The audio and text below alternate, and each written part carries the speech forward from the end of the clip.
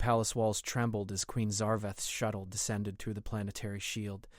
3 months she had been gone negotiating the Helix Accords across 7 systems, and now the silence that greeted her landing platform felt wrong. No honor guard, no advisors. Just the whisper of wind through empty courtyards and the distant echo of something she couldn't identify. Laughter. Children's laughter. Her claws scraped against the marble as she moved through corridors she had walked for 2 centuries. Every instinct honed through generations of warrior queens told her something had fundamentally shifted in her absence. The royal nursery doors stood open. They were never open. Protocol demanded 3 guards, 2 nursemaids, and sealed entry at all times. She approached with the silence her species had perfected before they built cities, before they reached for the stars. Inside, chaos. Not destruction. Worse. Domesticity. Her triplets, the crown heirs of the Draxar Empire, sat cross-legged on the floor around a human male wearing maintenance coveralls. He held a data pad showing what appeared to be Earth wildlife, his voice gentle as he explained migration patterns to 3 hatchlings who should have been practicing their ceremonial roars. Zarveth's inner eyelid flickered. Her youngest, Kira's, wore something around her neck, a crudely fashioned necklace of twisted wire and colored beads. The middle heir, Voltar, had his wing membrane stained with what looked like fruit juice. And Shalix, her firstborn, her future, sat closest to the human with an expression of complete contentment she had never witnessed on any royal face. Explain. Her voice carried the harmonic undertones that made lesser species kneel. The human looked up. No fear. He should have been prostrate, forehead pressed to the floor, trembling at the presence of a queen whose word could end civilizations. Instead, he smiled, actually smiled, and stood with casual ease. Welcome home. Kids, remember what we practiced? He gestured to the triplets. They rose in perfect synchronization, wings folded in the formal acknowledgement pattern she had spent years failing to teach them, and bowed with a grace that made her heart stutter. "Where is Royal Guardian Thexnor?" she asked, her tone sharp enough to cut atmosphere. Medical bay. Appendix situation. Emergency surgery 2 weeks ago. The human tilted his head. I'm Marcus Webb, Environmental Services. I was maintaining the ventilation systems when Kyrus found me. She was crying. Crown heirs do not cry. She was 6 years old and scared. He said it simply, without accusation, but the words landed like plasma fire. Her guardian was unconscious on the floor. Volthar was trying to reach the emergency comm, but his wings weren't strong enough yet. Shalix had positioned himself between his siblings and the door, ready to defend them despite being terrified himself. Zarveth's claws flexed involuntarily. She forced them still. I stabilized Thexnor, contacted medical, and stayed with them until the crisis passed, Marcus continued. The Royal Council was dealing with the Helix Accords complications. Your steward assumed I would leave once medical arrived. The children assumed I would stay. You assumed incorrectly. No. Shalix stepped forward, his crest rising in the challenge pattern that would one day command fleets. He asked. The temperature in the room seemed to drop. A crown heir contradicting their queen mother, even at 7 years old, violated every protocol written in the blood laws. Zarvaith stared at her firstborn, searching for disrespect and finding only certainty. You will return to your quarters, she said. This human will be removed from palace grounds. Kyr's wings drooped. Voltar's bioluminescent scales flickered distress patterns. But Shalix held his mother's gaze, and in his young eyes she saw something that made her ancient blood run cold. Calculation. Strategic thinking. Leadership. Then we will be alone again, he said quietly. Learning protocols from teachers who fear us. Practicing politics with advisors who never speak truth. Marcus taught us Earth history. He showed us how humans survived extinction events through adaptation. He explained that strength without wisdom leads to extinction. He never once told us what we should think. He is a janitor. He is our friend. The word hung in the air like a blasphemy. Draxar royalty did not have friends. They had allies, subordinates, strategic partners. Friendship implied equality, vulnerability, weakness. Marcus cleared his throat. Your Majesty, I never intended to overstep. I can pack my tools and be off-planet within the hour. But before I go, you should know that your children are extraordinary. Kyr's has an intuitive understanding of emotional dynamics that would serve any diplomat. Voltar thinks in systems and patterns. He solved a quantum mechanics problem last week that stumped my college professors. And Shalix has a tactical mind that sees 17 moves ahead. I am aware of my heir's capabilities. Are you? He spoke softly, but the question struck like a blade between armor plates. Because in 3 months, no one else noticed. Zarveth's tail lashed once, a movement that had preceded the death of enemies across battlefields. Marcus didn't flinch. The triplets moved together, unconsciously forming a protective triangle around him. Her children. Against her. The implications cascaded through her strategic mind like dominoes falling across star systems. The Helix Accords negotiations had included humanity's petition for protected species status, for recognition as something more than the galaxy's newest primitive curiosity. She had argued against it, citing their emotional volatility and short lifespans. She had returned home to find one had infiltrated the heart of her dynasty and turned her heirs into allies. No, not infiltrated. Been invited. Zarveth straightened to her full height, wings spread in the judgment configuration that had sentenced 1,000 petitioners. Security scan. Now. Marcus pulled out his identification chip without hesitation, tossing it to her. She caught it, ran it through her wrist scanner, and watched his entire background populate her neural interface. Environmental services, level 3. No criminal record. No political affiliations. No ambition beyond his modest salary and small apartment in the human quarter. Ordinary. Completely devastatingly ordinary. The children will demonstrate what they have learned, she announced. You will remain. For the next hour, she watched. Watched Kira's explain conflict resolution strategies using scenarios Marcus had taught her. Watched Volthar diagram ecological balance systems with a sophistication that exceeded Royal Academy standards. Watched Shalix present a tactical analysis of historical Earth battles that incorporated principles she had never considered. Guerrilla warfare, asymmetric response, victory through adaptation rather than overwhelming force. And she watched Marcus. How he corrected gently when they erred. How he asked questions that made them think rather than providing answers. How he celebrated their insights with genuine joy that held no calculation, no agenda, no fear. When they finished, she dismissed the triplets to their sleeping chambers. They went reluctantly. Kira's hugging Marcus before she left, Volthar's tail wrapped briefly around the human's leg, Shalix offering a warrior's salute that Marcus returned with unexpected precision. Then they were alone. You have violated 47 palace protocols, Zarveth said. You have exposed yourself to charges of unauthorized contact with royal heirs, improper conduct within restricted zones, and cultural contamination. I know. You could be imprisoned. Deported. Executed, depending on who sits the judgment council. I know that too. Then why? The question escaped before she could contain it, her voice carrying harmonics of genuine confusion. What did you gain? What was worth this risk? Marcus looked at her with those strange, soft human eyes that held lifespans measured in decades instead of centuries. Have you ever been 6 years old and alone? He asked. I have. My parents died in a colony accident. I spent 3 years in state care where no one had time to be more than professionally kind. I remember what that loneliness feels like. When Kira's looked at me with that same expression, I couldn't walk away. Everything after that was just showing up. Zarveth felt something shift in her chest in unfamiliar tightness. You risked everything for empathy? Not for empathy. Because of it. There's a difference.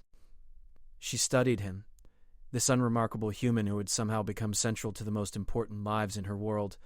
Strategic options cascaded through her mind. Dismiss him with compensation. Assign him formally as cultural advisor. Erase his memory and relocate him to a different sector. Each solution felt simultaneously logical and impossible. The Royal Council will demand an accounting, she said finally. They will not understand. My people do not raise heirs with softness. Your people raise emperors and conquerors, Marcus replied. Maybe these 3 could be something different, something better. And what would you know of raising leaders? Nothing. But I know about raising children, and I think maybe that's the part everyone forgot. Zarveth turned toward the windows overlooking her capital city, lights spreading across the horizon like jewels on black velvet. Her empire, her responsibility, her legacy standing between her and a human janitor who had somehow seen what she had missed. You will submit to a full security review, she said. You will be assigned quarters in the palace's educational wing. You will receive a formal position as cultural liaison to the royal household, and you will continue teaching my children, under my supervision, until I determine whether this experiment in human parenting produces heirs or disasters. That sounds like I'm not being executed. Do not make me reconsider. But her harmonics carried something that might have been humor. And Marcus, if you betray this trust, there will be no trial. Do you understand? Completely, Your Majesty. She nodded once, then called for her steward through the comm system. As she issued rapid orders, arranged quarters, formal contracts, security protocols, she caught Marcus's reflection in the window. He wasn't celebrating his survival. He was looking at the door where the triplets had disappeared, his expression soft with concern, caring for them even now, when they weren't watching. When there was no advantage to gain. Perhaps humanity's petition to the Helix Accords deserved reconsideration after all. Any species that could produce individuals who chose empathy over survival instinct possessed a strength her people had forgotten existed. One more question, she said, turning back to face him. Did you teach them about human family structures? We talked about different kinds of families, yes. Did you tell them families choose each other? Marcus met her gaze steadily. I told them love is a choice you make every day. Is that a problem? Zarveth's inner eyelid flickered again, but this time in contemplation rather than threat. That depends entirely on what they choose to do with that information. The next morning, Zarveth arrived at the royal nursery to find Marcus already there, reviewing astronomy charts with the triplets. Kyros spotted her first and rushed over with an excitement that would have horrified the royal tutors. Mother, Marcus showed us the Earth moon. Did you know it controls their oceans? They have tides. Can we study tidal systems today? Please. Before Zarveth could respond, Voltar chimed in, and the moon is moving away from Earth, very slowly, and eventually their tides will stop. And Marcus says everything changes, nothing stays the same forever, so adaptation is survival. Shalex approached more formally, but his scales glowed with the same enthusiasm. We want to propose a cultural exchange program. Human educators visiting Drakshar institutions, teaching alternative perspectives. If humanity brings new insights, other species might as well. Zarveth looked at Marcus, who shrugged. They came up with that themselves. I just mentioned Earth has a lot of different cultures, and they ran with it. She settled onto the cushions designed for her physiology, folding her wings in a neutral configuration. Tell me about this program. Details. Who would participate? What oversight? What measurable outcomes? The triplets exchanged glances, then launched into a presentation that was part enthusiastic brainstorming, part surprisingly sophisticated policy proposal. Marcus interjected occasionally with clarifying questions, never taking over, just guiding them toward clearer thinking. Zarveth listened. Truly listened. Not as a queen assessing threats, but as a mother discovering her children's minds worked in patterns she hadn't anticipated. They thought collaboratively.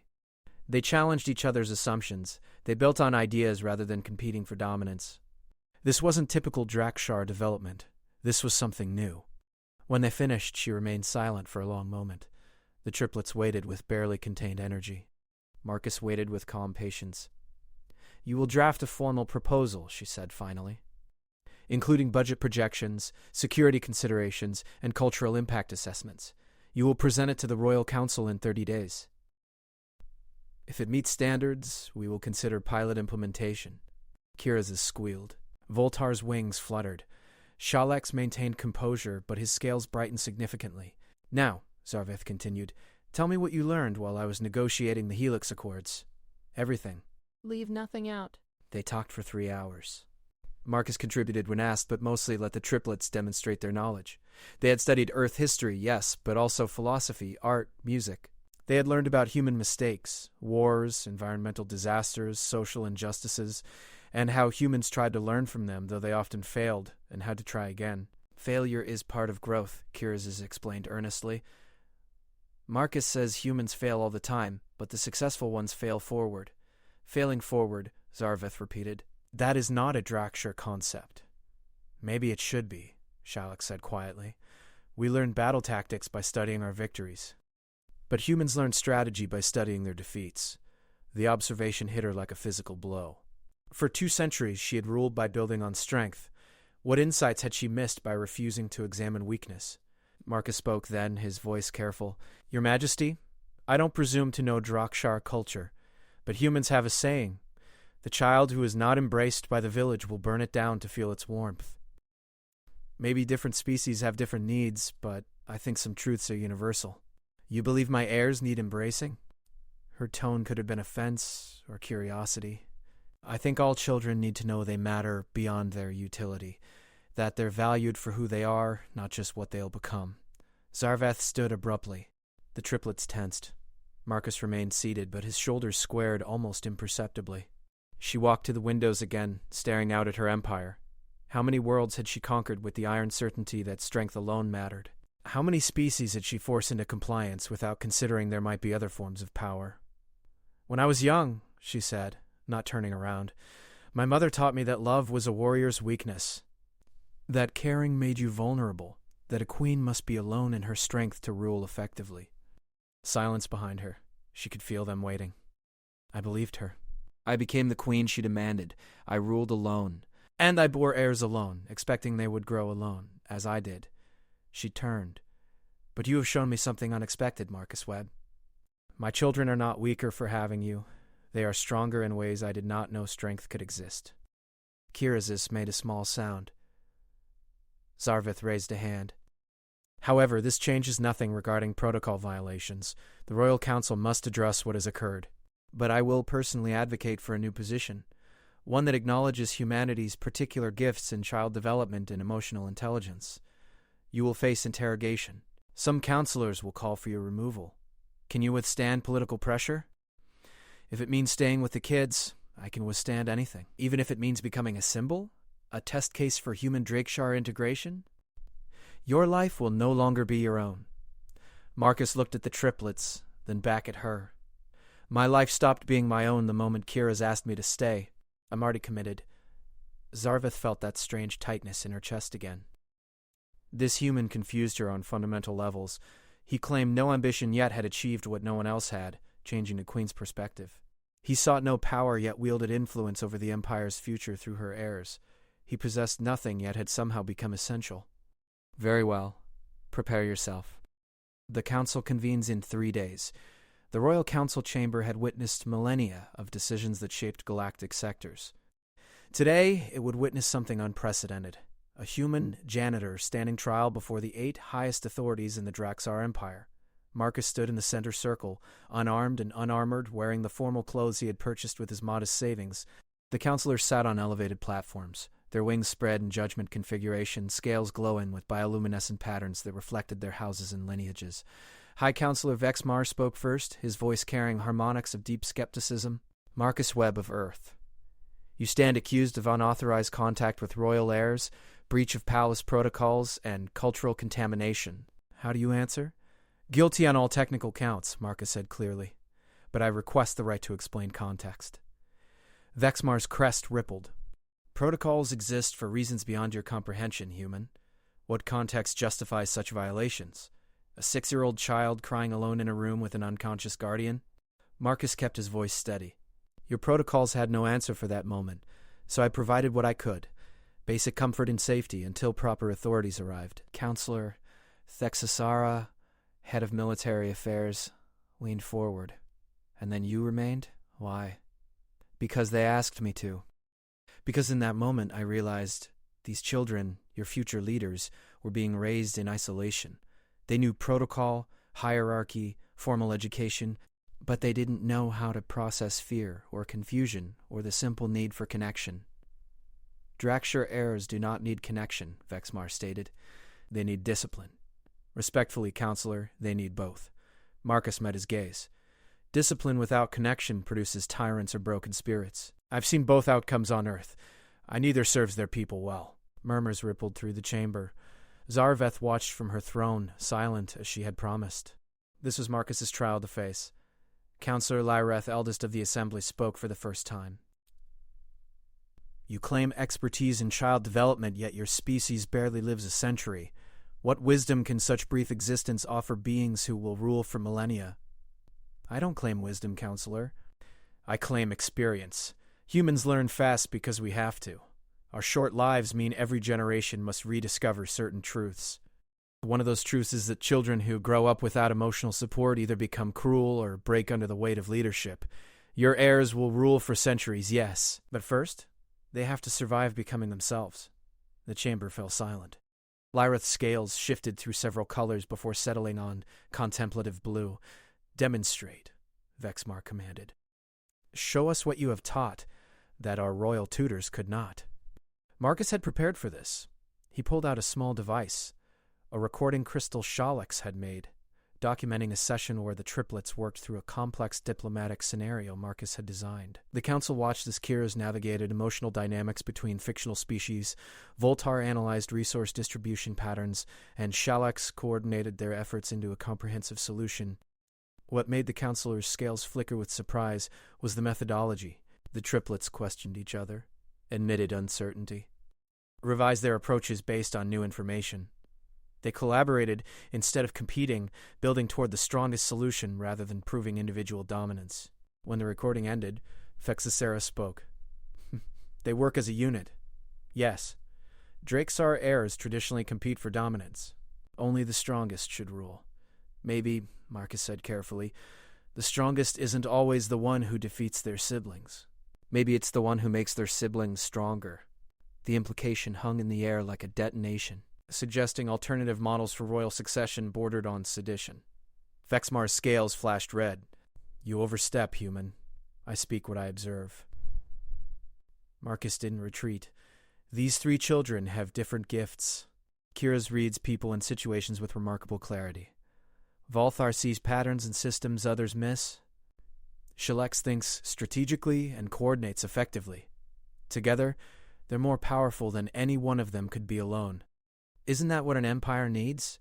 Not just a strong emperor, but strong leadership? Counselor Darwin, who had remained silent until now, tilted her head. "You propose collaborative rule? That has never been attempted." "I don't propose anything. I'm a janitor, remember? I just teach kids and clean air filters. What you do with your government is your business. But I will say that human history shows our most successful periods came when leadership was distributed. Checks and balances, different perspectives, shared accountability." "And your least successful periods?" Lyrith asked shrewdly. "Also came from those same systems," Marcus admitted. "No approach is perfect. But at least collaborative models fail from complexity, not tyranny." Zarvith saw several counselors exchange glances. Marcus was either the bravest being she had ever encountered or the most foolish. Possibly both. Vexmar stood, his wings spreading to full judgment span. "This council will deliberate. You will wait outside." As guards escorted Marcus from the chamber, Kyrus appeared in the gallery entrance, followed by her brothers. They wore full ceremonial regalia, and their scales glowed with house colors. "Crown heirs," Vexmar said sharply. "You were not summoned."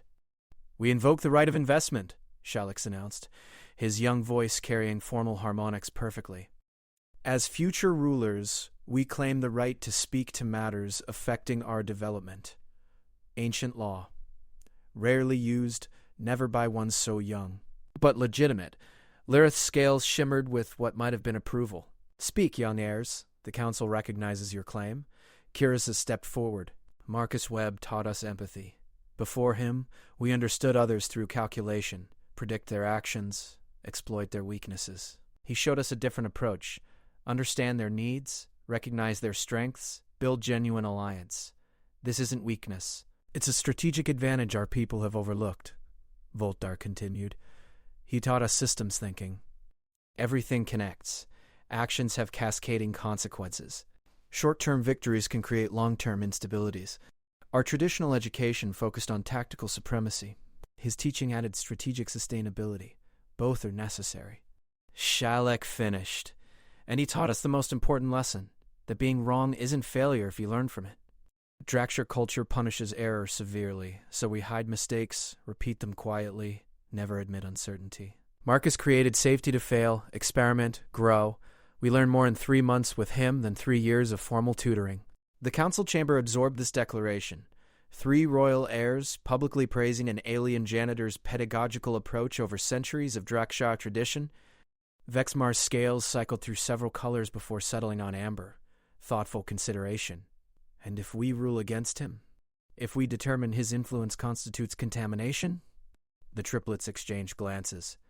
Then, in perfect synchronization, they removed their ceremonial regalia and placed the items on the floor, a gesture of renunciation so profound that several counselors gasped. "Then you will raise heirs who understand protocol," Shalek said quietly, "but not heirs who understand people.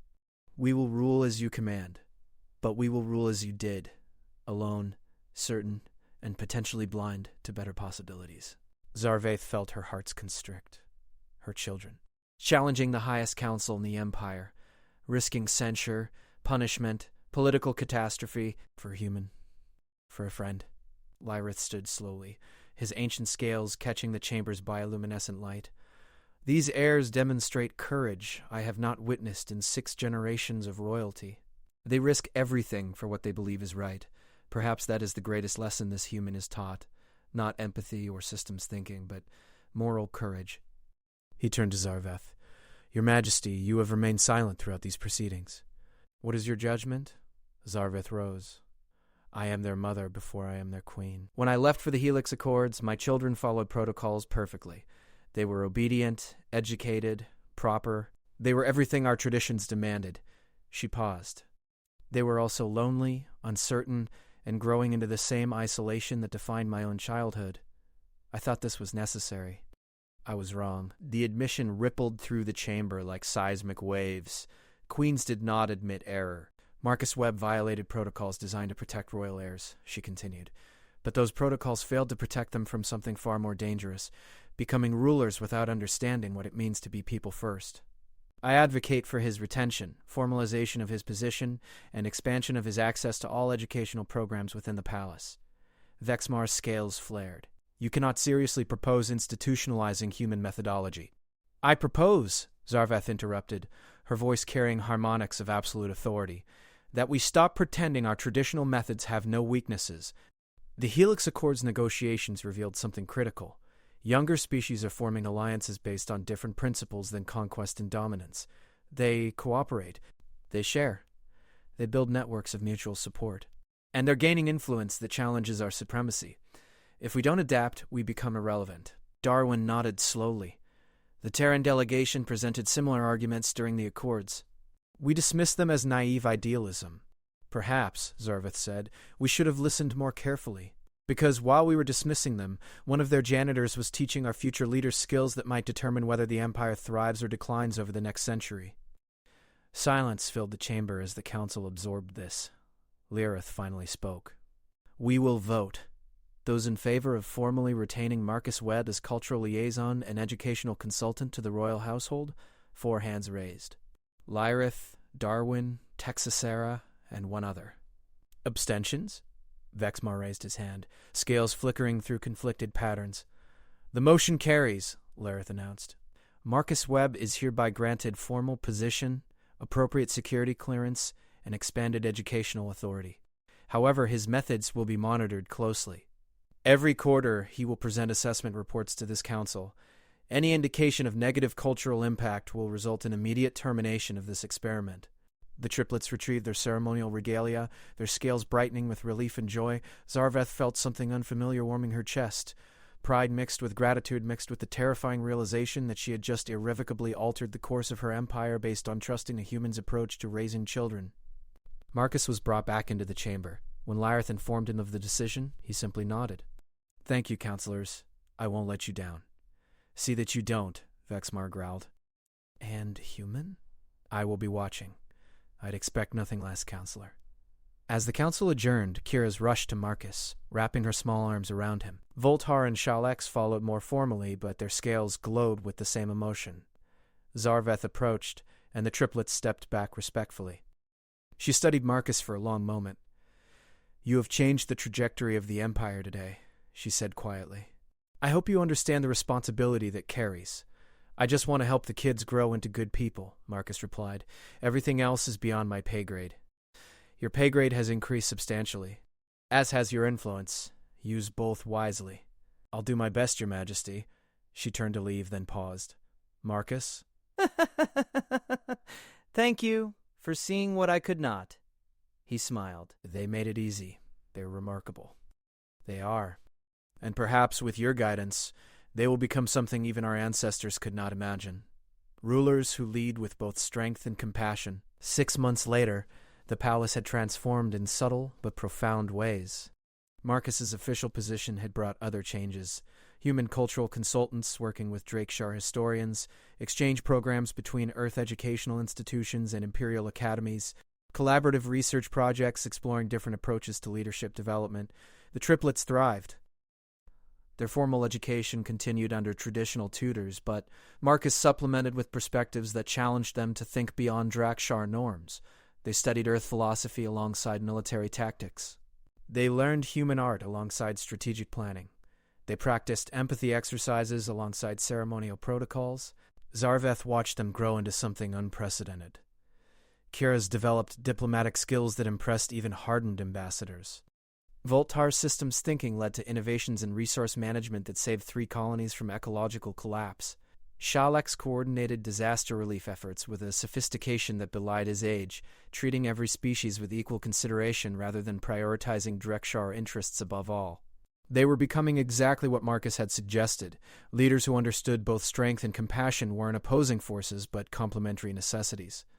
On the day marking 1 year since Marcus's formal appointment, Zarveth called him to her private chambers. He arrived promptly, no longer wearing maintenance coveralls but the formal attire of a palace official. Though he still insisted on personally maintaining the ventilation systems in the educational wing, some habits, he said, were too ingrained to change. "Your quarterly report exceeded expectations," she said without preamble. Even Vexmar grudgingly acknowledged improvements in the heirs' capabilities. They're smart kids. They were always capable of this. But they needed someone to show them different possibilities. She gestured to the window. "Walk with me." They moved through private gardens few beings ever saw, spaces where even queens could briefly exist without the weight of empire.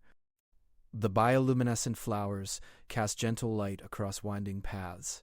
"I have been considering the future," Zarveth said. "Not just for my children, but for all Drakeshire. What you have accomplished here, it's not just educational methodology. It's cultural evolution. That feels like a dramatic interpretation of teaching kids to consider different perspectives. Is it? The Helix Accords are shifting toward collaborative frameworks. Species that once competed for dominance are finding advantage in cooperation. The Empire can adapt or become isolated. My children represent that adaptation, but they cannot change our entire culture alone." Marcus stopped walking. "What are you asking?" "I want to expand the program, not just in the palace, but across the Empire. Human Drakeshire cultural integration initiatives, educational exchanges, collaborative governance experiments." She turned to face him. "It will be controversial. Many will resist. Some will call it the beginning of our decline. But I believe it's the beginning of something necessary. Your Majesty, I'm just one person. I can't implement empire-wide cultural change. No, but you can train others. Develop curriculum, establish principles. And you can continue working with my children, ensuring they grow into leaders capable of guiding the Empire through this transition." Marcus looked overwhelmed for the first time since she'd met him. That's generational work. Decades, maybe centuries, for beings with your lifespans. "Yes. Which brings me to another matter." She withdrew a small case from her robes. "Human lifespans are brief by our standards. 40, perhaps 50 years remain for you at optimal health. My children will outlive you by centuries. This creates a problem." She opened the case, revealing a crystalline injection system filled with pale blue liquid. "This is Krevwith serum. It extends cellular regeneration, slowing aging dramatically. Drakeshire use it to extend productive years into multiple centuries. I am offering it to you, not as payment, but as necessity. My children need you beyond a few decades, and the Empire needs the institutional knowledge you will develop." Marcus stared at the serum. Are there side effects?" "Compatibility issues with human biology. Our medical staff has spent 6 months ensuring human compatibility. The process will be uncomfortable but not dangerous. You will not become immortal, but your lifespan will extend to approximately 300 years. 300 years? His voice cracked slightly. "Is that acceptable?" He laughed, the sound slightly hysterical. "Acceptable? Your Majesty, you're offering me 3 extra lifetimes. I can't. You can refuse." "This is not a command." Marcus fell silent, staring at the serum. Zarveth watched emotions play across his face: shock, disbelief, calculation, and something deeper she couldn't identify. "If I accept," he said slowly, "I'm committing to something far beyond teaching kids.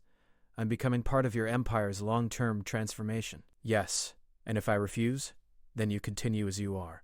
We make the most of the time we have, and we prepare for when you're gone, though it will devastate my children and complicate succession planning." He looked up at her. "You're using them to pressure me. I'm stating facts, but I'm also acknowledging that you have changed my perspective fundamentally. I came home expecting to find proper heirs being raised properly. Instead, I found children becoming extraordinary beings because someone cared enough to see them as people first. That matters more than I can express." Marcus took the case carefully. "Can I think about it?" Of course. "But Marcus, whatever you decide, know that you have already given my children something invaluable. For that, the Empire is in your debt." 3 days later, Marcus sat in the royal nursery watching the triplets practice a presentation they were preparing for the Junior Council, a new institution Zarvith had created allowing young heirs to practice governance under mentorship. Volthar adjusted statistical models. Shalex coordinated timing. They worked together seamlessly, supporting each other's strengths, compensating for weaknesses, building something greater than any individual contribution. Marcus thought about leaving them in 30 years, watching them continue growing while he faded. Missing centuries of their lives, their achievements, their struggles, he thought about staying, committing to 3 centuries in an alien empire, far from Earth, becoming something more than he had ever imagined possible. Kira's noticed him watching. "Marcus, you look sad." "Just thinking." "About what?" He smiled. "About choices. And how sometimes the scary ones are the right ones." Shalex approached. "Your mother offered you life extension." Marcus blinked. "How did you—" "We asked her to," Voltar said quietly. 3 months ago. We researched human lifespans and realized you wouldn't be here very long, so we asked if there was a solution."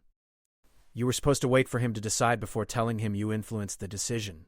Kiraz's hissed at her brother. "Waiting is inefficient." Marcus laughed, the sound genuine despite the enormity of what they'd revealed. "You 3 conspired to extend my lifespan?" "We conspired to keep our friend," Shalex corrected. "The lifespan extension was Mother's solution." Marcus looked at them, these children who had somehow become the center of his universe, who had transformed him from an overlooked janitor into someone who mattered. "I haven't decided yet." "We know," Kira said, "but we wanted you to know that we hope you stay. Not because we need you for education or politics or any of that, just because you're you and we want you here." The tightness Marcus had felt in his chest since receiving the serum intensified. He opened his arms, and they rushed in, 3 alien dragon children hugging a human janitor with complete unself-conscious affection. "I want to stay too," he whispered. "I'm just scared it's too big a decision to make well." Zarveth's voice came from the doorway. "All truly important decisions feel too big. That's how you know they matter." The triplets released Marcus and straightened respectfully as their mother entered. She waved away the formality. "I have news," she said. "The Helix Accords Committee has requested a presentation about our cultural integration program. I want to understand how traditional power structures can adapt without compromising sovereignty. Marcus, they specifically ask for you to present." "Me? I'm not a diplomat." "No, you're a teacher who accidentally started a revolution. They want to hear from you directly." Marcus felt the weight of expectation settling around him like gravity. "When?" 3 months, which means you have time to decide about the serum." "But Marcus, the committee's interests suggest your work here has implications beyond one family. What you've done with my children could become a template for species integration across multiple systems." After she left, Marcus sat quietly with the triplets. They didn't pressure him, just returned to their preparations, occasionally glancing over to make sure he was still there. As evening descended and the palace lights illuminated in cascading patterns, Marcus made his decision. He found Zarvith in her strategy room, reviewing star charts and diplomatic correspondence. "I'll take the serum," he said without preamble. She looked up, scales shifting to a color he'd learned meant pleased surprise. "You're certain?" "No, I'm terrified, but I'm certain I can't leave them.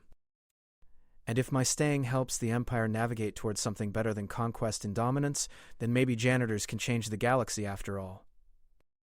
Zarveth rose, approaching until they stood close enough for conversation to feel intimate despite the formal setting. "You understand this makes you permanent part of Drakeshire history? Centuries from now, scholars will study your influence. That's horrifying. Yes, but also true. She extended her hand. Welcome to the long game, Marcus Webb. Try not to break my empire while helping fix it. He took her hand, surprised by the warmth. I'll do my best, Your Majesty. Zarveth, if you're going to be around for centuries, we should probably move past titles when alone. He smiled. Zarveth it is. The serum treatment took 3 weeks of careful administration. Marcus experienced exactly the discomfort Zarveth had warned about, his cells screaming in protest as alien biology forced them into new patterns. But the palace's medical staff monitored him constantly, and the triplets visited daily, entertaining him with updates on their junior council preparations. When the process completed, Marcus felt simultaneously the same and fundamentally different. His reflection showed no dramatic changes, but internal sensors confirmed his cellular structure had shifted toward radically extended longevity. How do you feel? Kira's asked when he returned to the nursery. Like I made a promise I'll have centuries to keep or break. You'll keep it, Voltor said with certainty. Humans value loyalty. You're incapable of abandoning commitments. That's a lot of faith in someone you've known less than a year. Shellex looked at him seriously. We've known you exactly long enough. Time doesn't determine trust. Actions do. Marcus felt tears threatening. Still human enough for that, apparently, despite alien cellular modifications. You three are going to be amazing leaders someday. Someday soon, Kira said. Mother is accelerating our political involvement. We'll be taking on real responsibilities within the year. Then I better keep teaching you how to stay grounded while everyone treats you like demigods. That's why we need you, Shalak said simply. You're the only one who remembers we're still children. 3 months later, Marcus stood before the Helix Accords Committee in a chamber that made the Royal Council room look modest. Representatives from 47 species watched as he explained how one emergency, one choice to stay had somehow evolved into an empire-wide cultural initiative. He spoke simply. No diplomatic language, no political maneuvering, just honest accounting of what happened when you treated children like people, when you admitted traditional methods had limitations, when you allowed different perspectives to challenge established certainty. I'm not claiming human approaches are superior, he concluded. I'm claiming diversity of thought is survival insurance. Species that only know one way of doing things become extinct when circumstances change. Flexibility, adaptation, integration. These aren't weaknesses. They're evolutionary advantages. The committee deliberated for 3 days. When they recalled him, their spokesperson, a crystalline being whose species communicated through light patterns, delivered the verdict. Your presentation has inspired 17 species to request similar integration programs. The committee officially recognizes cultural exchange and collaborative child development as protected practices under the Helix Accords. You will be granted resources to establish a training institute for cross-species educational methodology. Marcus stood speechless. Zarveth, attending as royal witness, spoke for him. The Empire accepts this responsibility. We will host the institute and commit resources for its development. As they left the chamber, Marcus finally found his voice. I'm a janitor. How did I become responsible for galactic educational policy? You stopped being just a janitor the moment you chose compassion over protocol, Zarveth replied. Now you're a symbol. And symbols, Marcus, change civilizations. Years flowed past. The Institute grew from concept to reality, attracting educators from across the galaxy. The triplets matured into young adults whose leadership style confused traditionalists and impressed innovators. They governed collaboratively, valuing input over authority, building consensus instead of demanding obedience. Marcus watched them navigate increasingly complex situations with skills he'd helped develop. Kira's diffusing diplomatic crises through genuine empathy, Voltar redesigning imperial infrastructure using systems thinking, Shallex coordinating military responses that prioritized minimal casualties and maximum strategic efficiency. They were everything he'd hoped they could become, and they were just beginning. On the 10th anniversary of his formal appointment, the palace held a celebration. Dignitaries from multiple systems attended. The triplets, now young adults, presented jointly about the integration program's impact. Marcus stood in the back, watching. Zarveth found him there. You should be on the stage, she said. That's their moment. I'm just happy to witness it. You're impossible. You've transformed an empire, and you still think you're just a janitor. I am just a janitor. I just happen to be a janitor who got lucky enough to meet 3 amazing kids and a queen wise enough to let me help them grow. Zarveth's scales shifted to the color he'd learned meant affection, a shade she showed rarely and never publicly. In 300 years, you're going to look back on this conversation and laugh at your humility. Maybe. Or maybe I'll still be cleaning air filters and wondering how I ended up here. Still cleaning air filters? She confirmed. You refuse the staff assigned to maintain your quarters. You insist on personally servicing the educational wing's environmental systems. You are the galaxy's most influential janitor. Marcus grinned. Someone has to keep perspective around here. They watched the triplets together, 3 beings who would shape the future, raised by a queen who learned to value compassion and a janitor who learned he could matter, an unlikely alliance that had somehow changed the trajectory of an empire. Thank you, Zarveth said quietly. For everything. Thank you for trusting me, for letting me stay when you could have thrown me out. I trusted them first. They chose you. I just had the wisdom to listen. As the celebration continued, Marcus thought about the path ahead. Centuries of teaching, evolving, adapting. It would be difficult, controversial, exhausting. It would also be exactly where he wanted to be. Because sometimes the biggest changes start with the smallest choices, like staying when a child asks you to, like admitting you were wrong, like trusting that different doesn't mean dangerous. And sometimes janitors become legends simply by showing up and caring when no one else does. The Empire would never be the same, neither would he. And that was exactly as it should be.